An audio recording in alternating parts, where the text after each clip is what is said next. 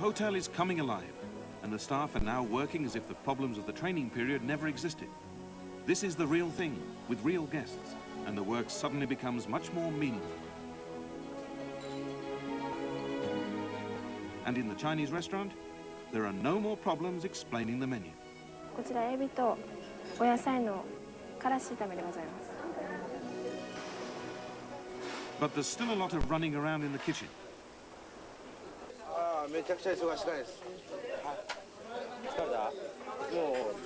もう疲れ、もう何もありません。もう忙しくて。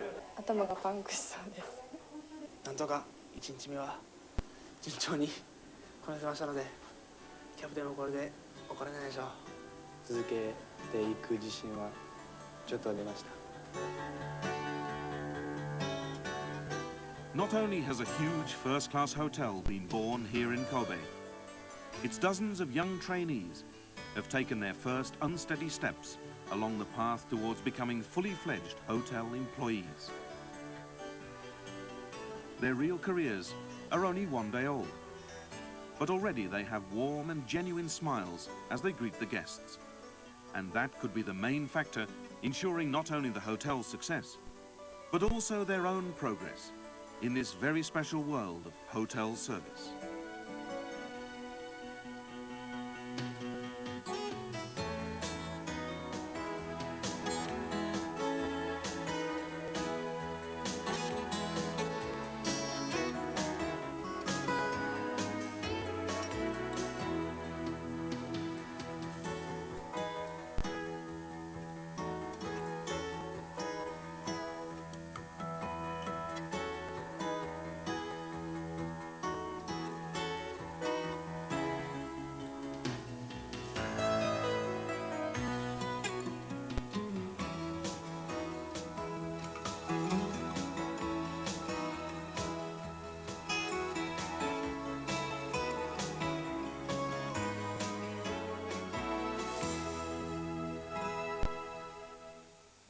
Inside the limestone caverns of northern Borneo, creatures exist in thick darkness, occasionally leaving the black depths of the caves for the green upper world of the forest. A rich, mysterious family of animals inhabit the pools and crevices. Swiftlets high up in the roof construct their nests out of stringy saliva. Their homes, the prize of men with a taste for bird's nest soup. Wildlife 100, Tuesday, 7 o'clock on BBC1. In the beginning, we're never going to be able to go back to that time 4 billion years ago. There was only one question. How does the genetic machinery come about? But more than one theory. Potentially, you can create life, if you want, anywhere in the universe. Horizon asks the impossible. Tomorrow, 8:10 on BBC2. There's a powerful performance from Dustin Hoffman on BBC2 in a moment, where the Moviedrome is showing his uncompromising portrayal of Lenny Bruce, the controversial club comedian of the 60s, who shocked audiences with his fearless performances. Lenny. Here on BBC1, Patrick Moore is our guide to the sky at night.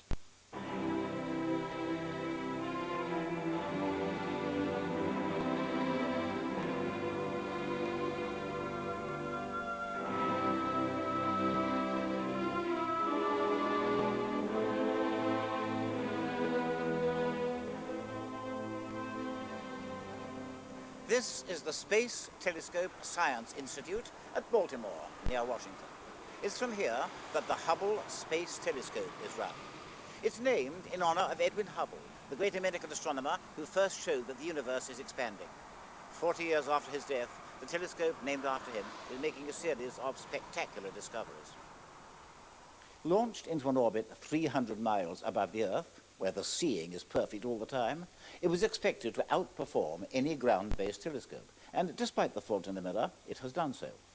It was also designed to be serviced from space, and in December this is going to happen.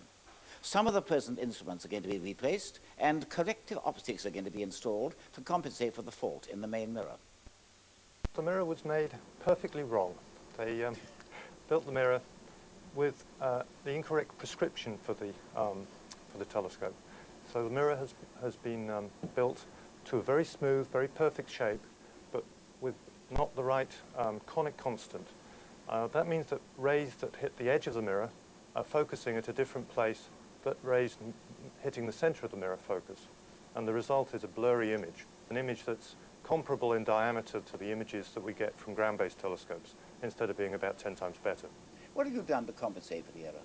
Well, since launch, we've still been able to take very high-resolution pictures by processing the images from the spacecraft.